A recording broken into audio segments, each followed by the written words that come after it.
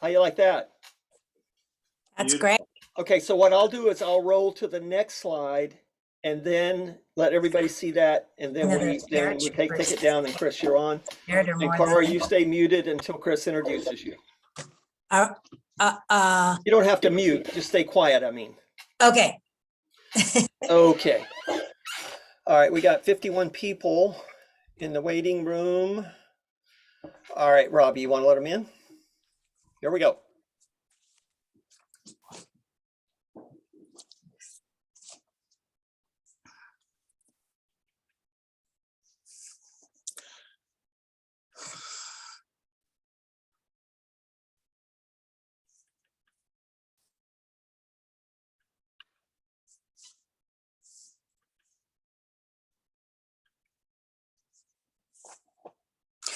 Tony. Hello, everybody. It's nice to see you. Welcome back to the Flying by the Seat of Our Pants Bird Festival from the Morro Bay Winter Bird Festival. I hope a lot of you have been with us for the last couple days. This is our last day, and boy, have we had some amazing presenters. Somebody just built an entire owl box right in front of our eyes in 20 minutes. We've seen John Muir Laws doing some sketching right in front of our eyes. We've heard and seen hawks and birds, and we've learned about butterflies and science. Oh my stars, it's been wonderful. So this morning we're going to hear from Cara Hagedorn and something interesting that she's got to present, and she's going to have a special guest speaker or a guest. She's going to have a special guest, and that will be fun to see that. Before we get started, we always have a couple of quick announcements. And one of those is all of these programs are being recorded and they will be up on our website soon. Hey, Bob, do you have any updates on what's happening with the recordings and the presentations and where the heck we can find those things? I do, Chris. Thank you for asking. We have been recording all of our events and we have posted those to our website. That is all the events that were on Thursday, Friday, and Saturday. I think one event from yesterday is in the process of going up. And if you would like to access those, you can go to our website and find a link to that. But I have just posted in the chat a link that will take you directly to the page where you can view all these special presentations from the Morro Bay Winter Bird Festival. So thank you, Chris, for letting me make that announcement. Wow, that's amazing. Have you had any sleep yet? 2 hours, thank you. Good. 2 hours is plenty. Who needs more than 2 hours? Okay, for everybody, just to let you know, you'll all be muted during the presentation so we don't have a bunch of random chaos here. And if you'd like to ask some questions sometime today for Cara or her guest, you can put those in the chat function and we'll get those questions to you later on. But we're excited about Cara and her guest. One other housekeeping thing is, as you know, we have canceled our in-person festival this year, which is why we're here today. And that has cost us a lot of money. We don't even know how much it's cost us because the bills haven't come in yet. So we are preemptively trying to raise a little bit of money. And while all these Zooms are free, if you'd like to make a donation, on the screen are a couple ways to do that. Bottom left-hand corner, if you want to donate with a check by mail, there's the address right there. If you want to, if you're a computer person and go online, the bottom right there, you can just click on there, find a donation link and make a donation. If you have one of those fancy schmancy phones and you know how to put that QR code into the camera, you can either donate by Venmo to the left or PayPal to the right. We've got about $8,000 or so donated so far, and we really appreciate your generosity. It's pretty incredible. And we think that will be enough to make a dent in some of those bills that are going to be coming and give us a chance to have one in person next year. So if you can be generous, we appreciate it. Thank you very much. Final thing is, if you're eating a donut or if you're eating a bowl of cereal, if you could turn off your screen, because I'm really hungry and I don't want to see you doing that because it's distracting for me. and I want to have a donut like that because I haven't had a chance yet. Anyway, so now on to our program. Today's presenter is Kara Hagedorn, and Kara's pretty amazing young lady. She got turned on to birds when she was camping as a kid in Colorado.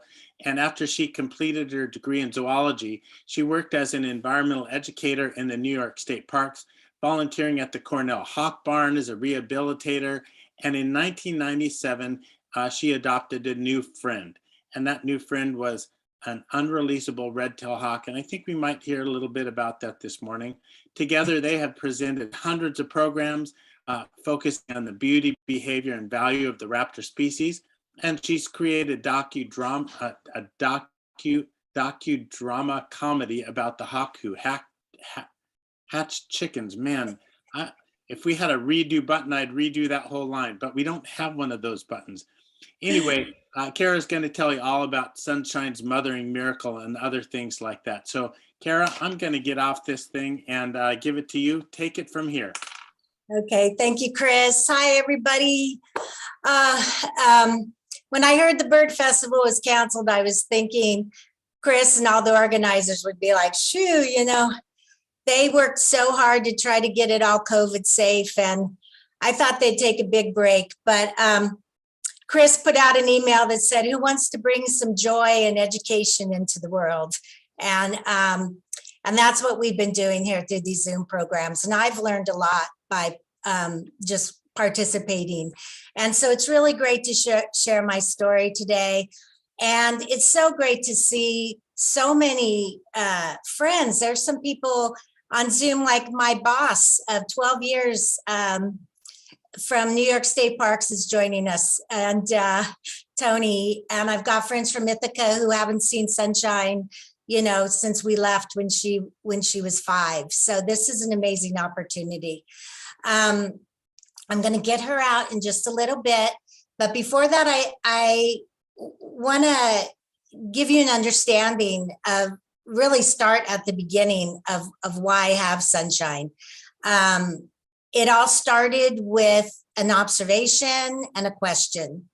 And so, you know, long story short, I was dating a jazz musician who had a 16-piece big band, and he needed a very large car to carry all his equipment. So we went to look at a used station wagon, and it had California plates. We were in Ithaca, New York, and it had a bumper sticker that I noticed, and it said, "Don't shoot birds of prey." And it was UC Davis Raptor Center. And I asked the owner, Allison, of the car, I said, people shoot birds of prey? Like, I had never heard of this. And this is a question that I get from all ages, like, what is up with that? People shoot birds of prey, really? And so she said, you know, I learned about birds of prey, how to handle them at UC Davis Raptor Center in my undergraduate. Now I'm at Cornell Vet School. And if you want to help, I will mentor you. And so she got me into the Cornell Hawk Barn. And it was an interesting place because it was a partnership. Steve Schubert, in his Peregrine talk, mentioned the Peregrine Fund, and they had 3 buildings. And one of them was in Santa Cruz, one in outside of Fort Collins, and one in Ithaca, New York. And they, after they got done using it, well, they moved to Boise, Idaho. They left this building. Audubon took it over, but it was on Cornell Lab of Ornithology land. And so it was this partnership to do raptor rehab. And it was called the Hawk Barn. So I volunteered there for 5 years. And then this hawk came in. I was doing mostly release, not education. And so the first thing you do is you put them down on a x-ray table. And you can see here, this was really trashed. This part of her humerus right here. And there's shot in her leg down here, which is how we knew she was shot. And it really destroyed this elbow. And when a joint is affected in a bird of prey, it's like blowing out tissue paper. That elbow just got blown out. And after physical therapy, she was not releasable. Now in New York, at the time, you had to either place a bird within 3 months or you had to euthanize them. All the zoos were full of red tails. All the educational centers were full of red tails. And we did not want to put this bird down. So I approached my boss, Tony, who's here today. It's so awesome to see you, Tony.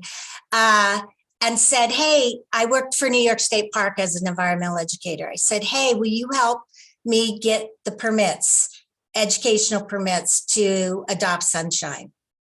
And we worked with the Department of Environmental Conservation, New York State Parks, and they sponsored me to adopt Sunshine. And so it was, a combination of seeing a bumper sticker, asking a question, volunteering to be able to get the education to qualify for a permit, and then New York State sponsoring me. After I trained her, my husband got a job at Cal Poly in California, and we moved to the Central Coast. And I tell you, Pacific Wildlife Care, they've done a program on Zoom. Kelly did a program. They were instrumental. They're our local rehab center. They were instrumental in me getting a permit to bring her into California. So that's kind of the basics of it. And when Sunshine came in, we were able to age her. And this is a very unique thing. Usually you can't really age a bird of prey. But she came in, this is the bird everybody sees. Sorry, it's a little blurry. I'm just learning Zoom. And they have these black patagials, these black lines that lets them know they're, wait, let me get, that lets you know they're a red tail, no matter what their morph. But she had this beautiful, beautiful red tail. Now they molt that tail in at a year. So we knew she was at least a year old, but she had yellow eyes. And a lot of people might not realize that this is a picture that a friend just sent me on the front of his calendar. This bird has the juvenile tail. It's just coming out of water. It's covered with algae. It's got the juvenile tail, but it's got these yellow eyes. And Sunshine had yellow eyes that later darkened. So they darken at about 4 years old. So I guess that she was 3 years old when she was shot and came in to the rehab. And so it's pretty amazing that I can age her. So she is 28 years old.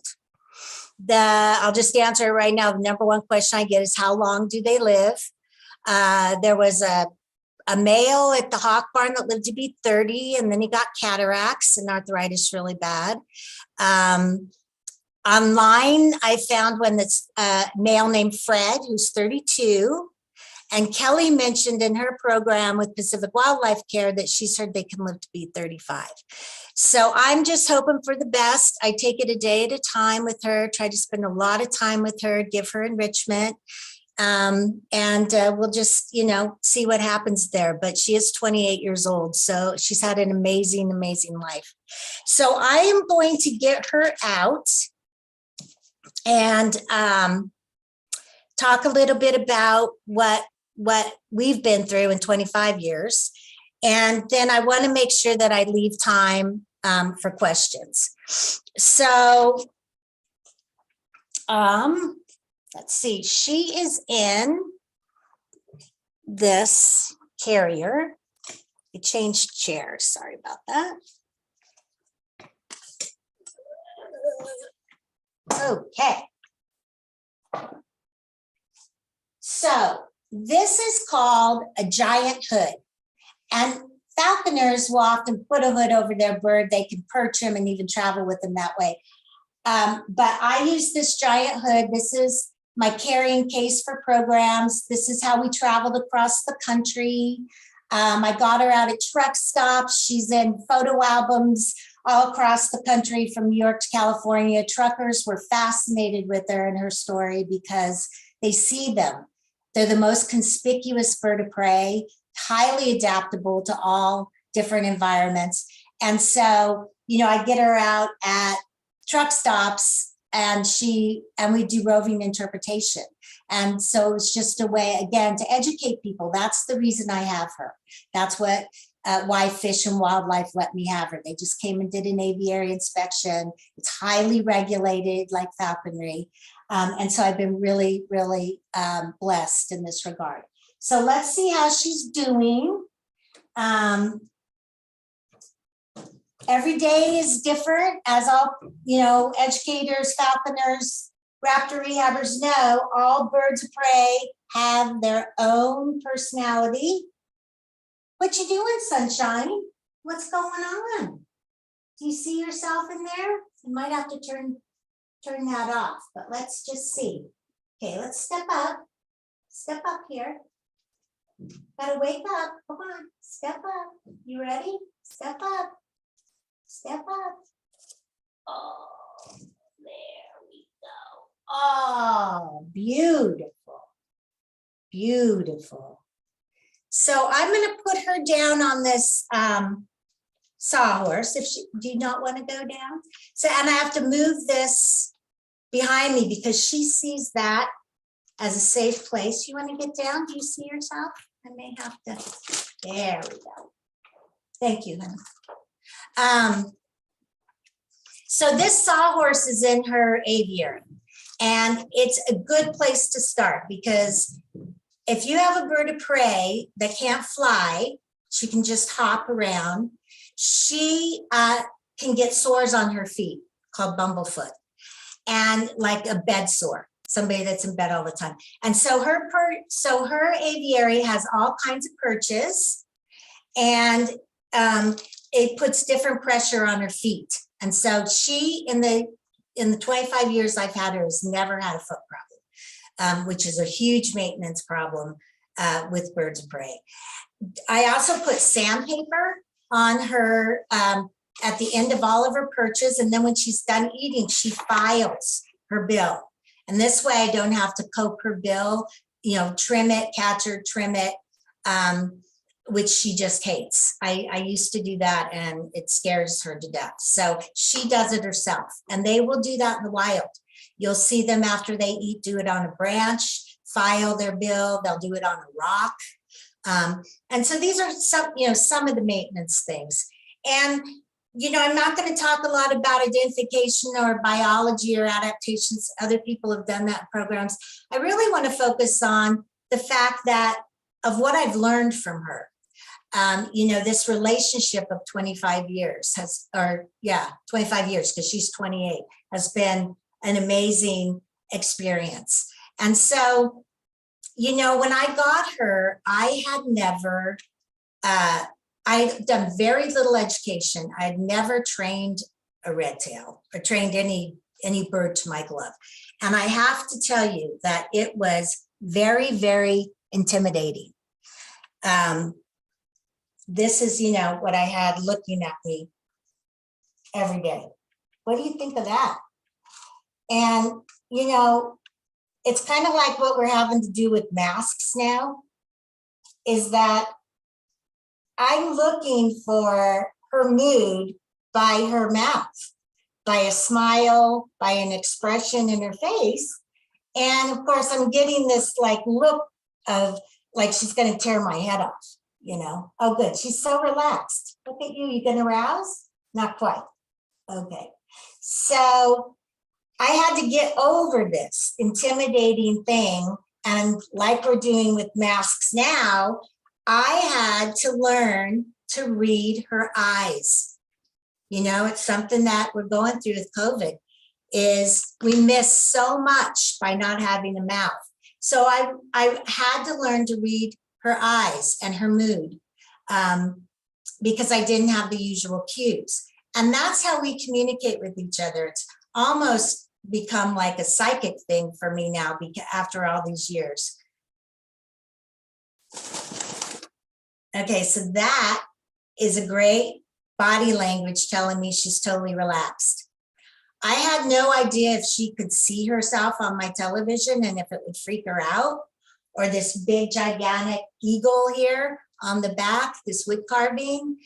Sometimes when I come out and I don't think about it and I have a t-shirt on with a red tail on it, a picture of a red tail people have given me, she reacts to that. Like she gets up in aggressive behavior and sees that as a real hawk. Or when we were traveling across the country, she'd see herself in a mirror and she would attack herself. And so I had to learn to cover up all the mirrors in the hotel rooms. I have to cover up windows. If she's outside, she sees herself in the window. And so these are just kind of some things that I've, learned about her.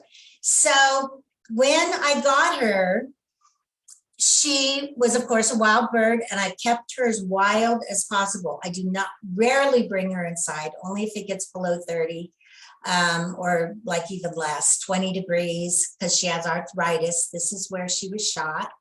It still hurts her. Right here, this wing droop. And so, sorry, girl. So this area right here is real sore. She can't extend it, so if she goes to fly down, this wing is like this, and this is like that.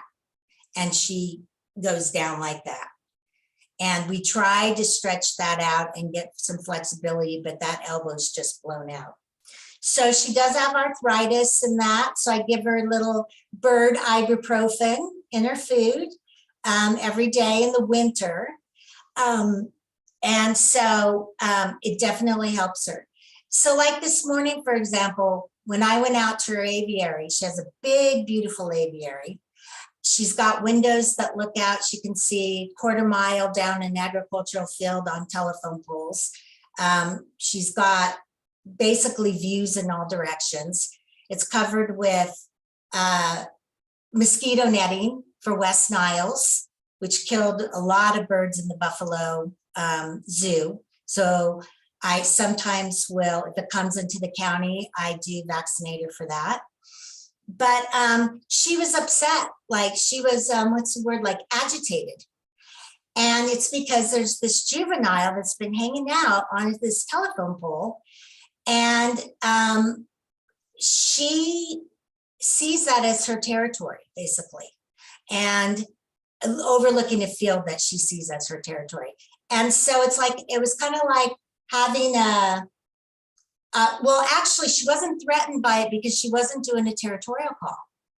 That's if it was an adult sitting there. She could tell that this was a juvenile redtail. And she didn't get territorial, she got annoyed. And she started hopping around and doing like almost an alarm call and letting me know, like, this juvenile is really bothering me. Now I can put up a window and block it, a wood window, but it gives her enrichment. And she was hopping around, it gives her movement. The aviary is really big, she's got perches everywhere. What are you seeing? And so, she teaches me to be observant. Oh, you're seeing yourself on your video cover, aren't you? So then crows started mobbing it, and she watched and watched and watched until it flew away. So she teaches me, it's what John Muir Laws was talking about in his program, the 7 habits of happy birders. It's like how to be observant, to just sit and watch and see what is she looking at. She brings attention to snakes to me when she's out in the yard, lizards, gophers popping their heads up. If she turns like that, I know a turkey vulture's going over, it doesn't upset her. She just watches it, looks at it. If she turns like this, she's got better focusing cells in the top of her eye called fovea, and she'll turn her head like that. and she can see way, way, way up. There's a golden eagle flying over. And so she brings attention. Harriers go by. She brings my attention to all these things that are going on here at Sunshine Ranch that I might not ever notice. If she does a territorial call, I know it's adult redtails. They're setting up courtship right now and doing some nest building. So, you know, that's one thing. When I got her out this morning, because it's been damp and cold, this was hurting her. And she does like a little,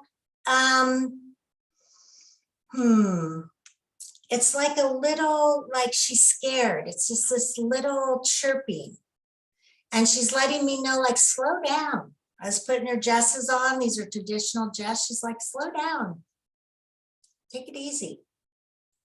And I put her jesses on and she's letting me know, put me in my carrier very gently. This is sore. This hurts. So, you know, her general personality is a very sweet bird and bright, which is why she got her name Sunshine. She just has a bright personality and calm for education. I've dealt with angry birds that somehow maybe connect getting shot with humans. I don't know, but she never made that connection. She's never been aggressive towards me, even though, you know, she's not an imprinted bird. When she's in breeding season, we build a nest together. She does a mewing call. And it's basically like if I touch her like this, she'll go into courtship, copulatory stance, and letting me know like it's time, you know, and she doesn't, of course, have a mate, but she does this amazing thing every year. The first spring I had her, she laid eggs. She laid eggs on Earth Day. That's the difference in the weather between Ithaca and here. When we moved here, she started watching the birds around her, the redtails around her, getting ready for nesting. And we built a nest together. She brings in sticks into her aviary, puts them on a platform, and she lays about February in California. And so, you know, these eggs are infertile. I always have to explain that. You know, people are like, what'd you do with the chicks? I'm like, you know, takes two to tango here. And I don't know if she will react to this egg. Do you recognize this? My goodness, what is that? And so, you know, the first one is brown, blotched. I don't know if I can, let me get this in focus. There we go. And, you know, nesting bird guides will say redtails have brown blotched eggs. Well, what I know from having her is that when the cloaca opens up and she lays her first egg, she lays blood down on the egg. I've actually gotten out there almost just as she's laying the egg or right after, and this is wet with blood. And so the first one is blotched. These have faded. I have 28 years worth of eggs or 25 years worth of eggs. This one's faded. It should be like a blue. And then the second one is always just pale blue, has no blotches on it. She lays 2 eggs a year. They're infertile. Redtails do something called nest exchange. So she waits for me to come in and relieve her. I don't bring her food. I leave the food outside. She goes outside of her aviary and she eats. She goes to the bathroom. She takes a bath. And I have to wait for her. And so like before cell phones, you know, I'd bring in, you know, Harry Potter or, you know, read. And because I couldn't leave. If I leave the aviary and I leave the nest, she will bolt back in and get back on the eggs incubating. So this created like a lot of bonding for us. And I learned like, if I take them away right away and don't let her incubate, she lays again. And because of her arthritis, you know, that's a calcium output. And so I don't want her laying more than one clutch. But it showed me in the wild, let's say a windstorm comes and they lose their eggs, their nest, they will lay again if they feel they have enough time, in the season to do that. And so, I did this for 7 years, and then I just thought, I felt bad for her, and I thought, I should do a little experiment. I'm a zoologist, and I put chicken eggs under her.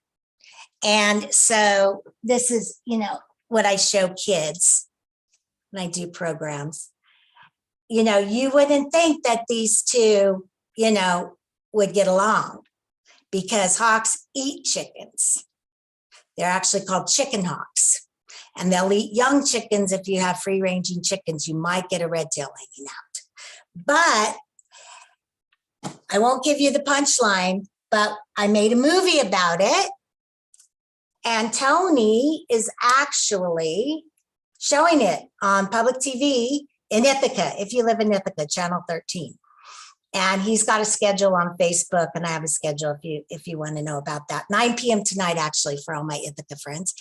But it's a fascinating story, and it shows her ear, which I can't show you now, but she took a long bath. It's right behind the eye, and in the movie, it shows an ear, which most people don't even know where that's at on a bird of prey, or hawks in particular. Owls is different. It shows her brood patch.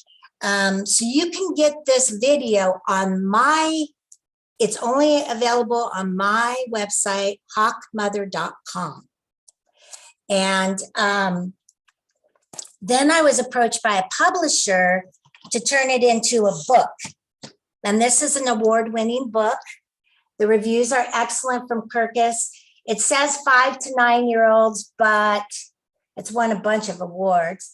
But I think it's great for all ages, and it will teach you about birds of prey, or hawks in particular, redtails in particular, and this amazing interspecies story.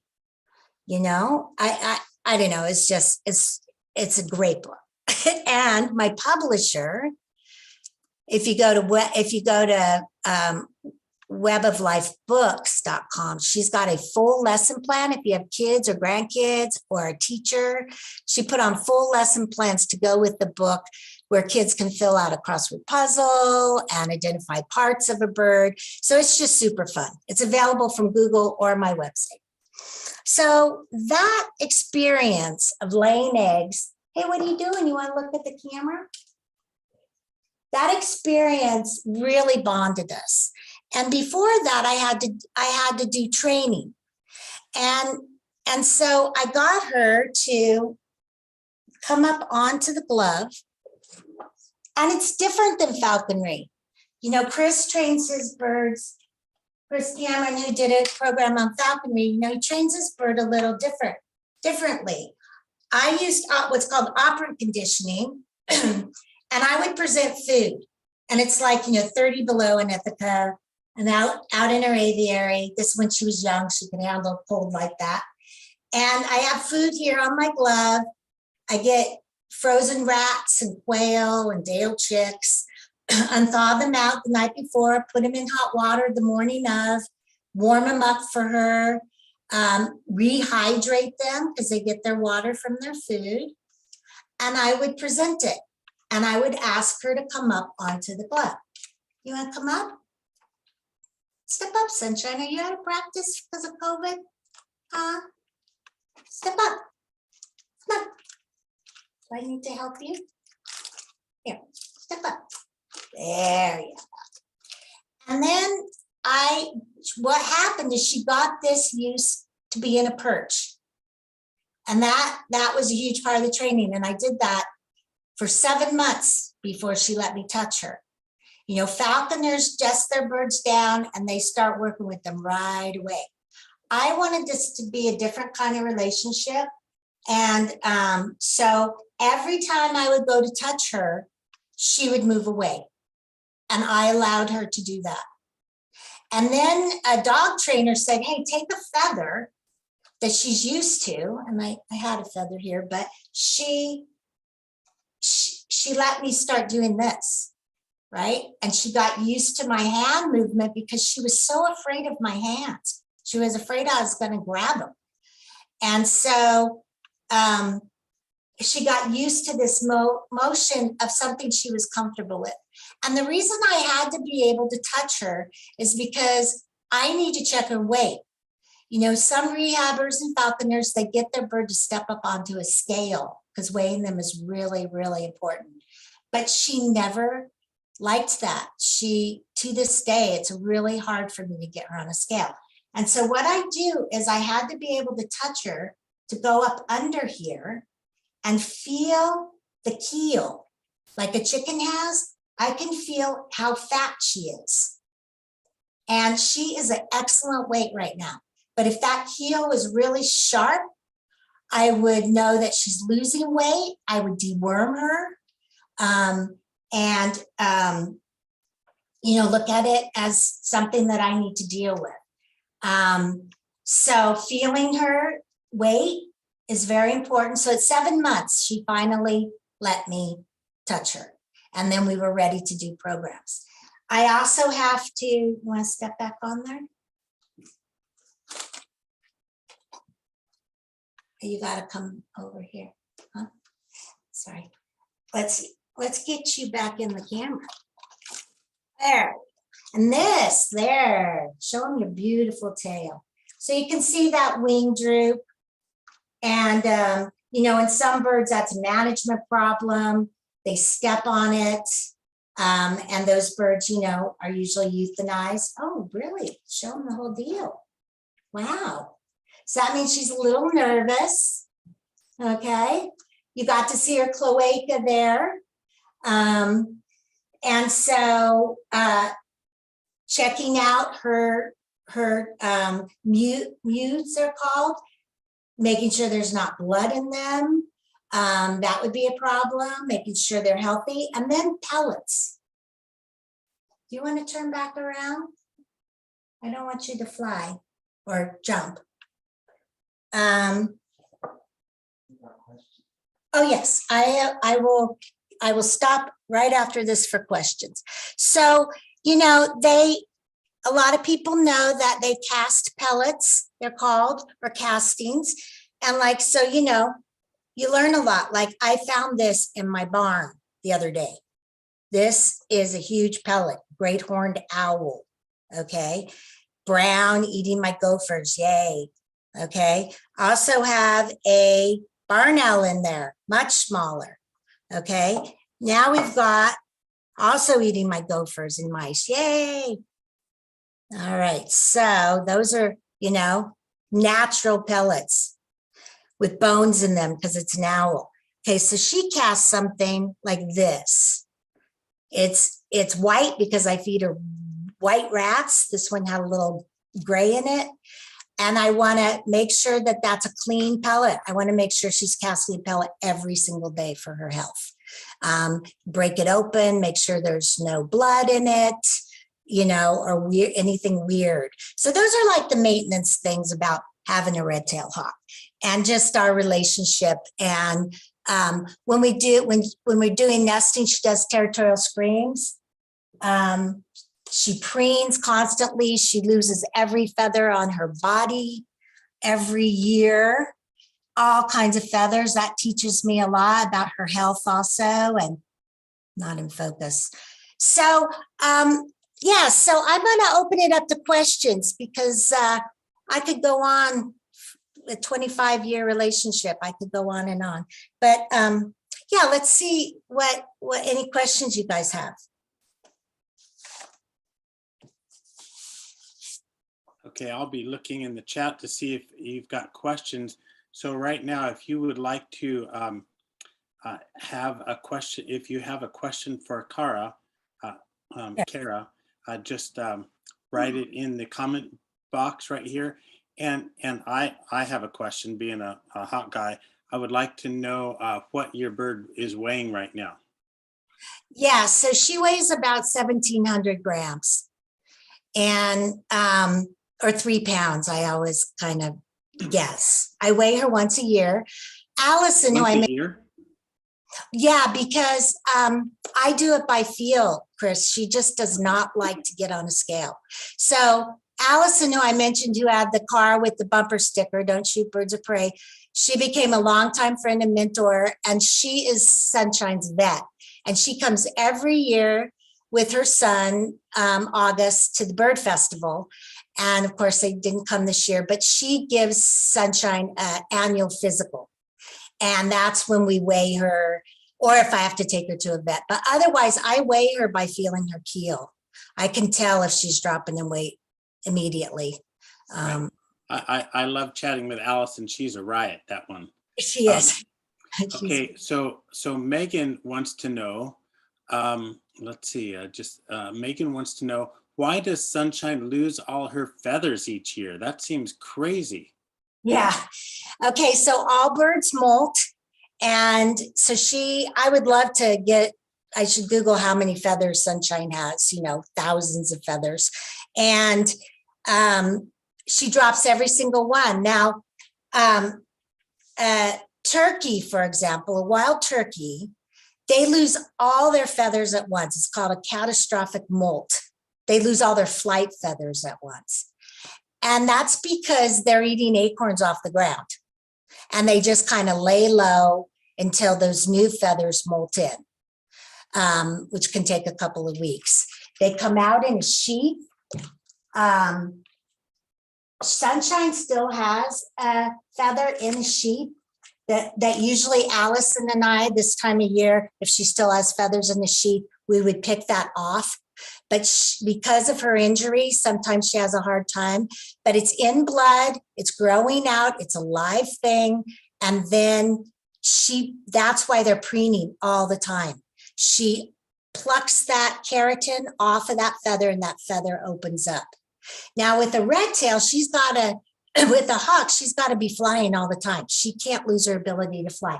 So the first thing she molts is she drops out a tail feather on each side. And then those grow in, and then she just drops them all the way in until there's one left. In fact, I have a picture of that on the other side of my x-ray, wherever that is. But okay, yeah. So yes, they do that. Here she is laying in the sun. You can see she's got one still coming in. She loves to bathe during that time because it softens the keratin for her to get. And they do that because they get worn in the wild. Their feathers get totally worn and they need to molt out a beautiful new coat. Great. We have about 5 more minutes and about 5 more questions. So you ready for the rapid fire? These are fast questions. Do you take Sunshines to schools? And if so, how do you arrange that? I kind of retired Sunshine, and with Fish and Wildlife, I am now on what's called an exhibitor's permit instead of an education permit. And so I'm not allowed to take her off the property, but I can have school groups legally come to my ranch, Sunshine Ranch, which is how I do the bird festival. And so you can, if you're local, you can contact me and through my website, hawkmother.com, and we can arrange that. Or right now during COVID, I can do it this way through Zoom. So contact me through hawkmother.com. That'd be great. Perfect. If you want a hawk to come to your classroom, you can call Camp Ocean Pines. They'll bring a hawk to your classroom, or a Zoo to you in Paso Robles. They'll bring a hawk to your classroom. If you go on vacation, what do you do with your bird? Does somebody else come and watch it, or how does that work? Yeah, that's great. And that has come up. My husband and I have traveled all over the world, and we've been lucky enough to have these great house sitters, and they know Sunshine intimately, and they're able to deal with rats. You have to really be deal with that. And so, yes, we have house sitters and they take care of her. Speaking of rats, where in the world do you get her food? You mentioned day-old chicks, frozen rats, and stuff like that. I just don't have those in my, well, actually, I do have those in my freezer. Most people don't have those in their freezer. Where do you get that? Yeah, so I used to get it from a place called Lane's Lab. Now I get it a place called rodentpro.com. Mm-hmm. And they are a website that that grow mice humanely, rats humanely, and kill them humanely, basically through asphyxiation, no poisons or gas or anything like that, for falconers and raptor people and people with snakes. And so I just go on their website and get enough. I have a separate freezer now. I used to keep them in my freezer, and my husband was like, "We need to go get a pizza." So I have a Yeah, separate. my wife has had the same issue. I guess you have to have really understanding partners when you're in this business. Hey, somebody said there's something about blood in their feathers. What is this blood in their feathers situation? When they're growing in a new feather and there's blood, what's that about? Yeah. So, for this, I often during my program will show a turkey, a wild turkey that was hit by a car, and they're not under the Migratory Species Act because they're hunted. So I could collect that turkey, and it had feathers and blood, so I can show people. But basically, what it is the feather is in a quill, right? So I'll just grab a feather here. So now I'll feather from my barn owl. So this quill pokes out of the bone. It's being fed blood, and it basically is in this sheath. Now this part is full of blood. That's what it means when a bird, is in blood. This quill is full of blood. And I tell you, that's the scariest situation I've ever had with Sunshine, and the most pain she's been in. I know if she's in extreme pain because it's a whimpering, like a baby crying. She had what's called a feather and blood. So this quill is full of blood, and she jumped down, and the weight of feathers and blood, she wasn't predicting that, and she hit the ground, and this quill broke off, kind of like this one. Like, I found this in my barn. I knew this bird was in a little bit of trouble, because then it drips. So I always tell my animal care people, look for blood, any drips of blood when she's molting, and they can bleed to death. So that's feathers and blood.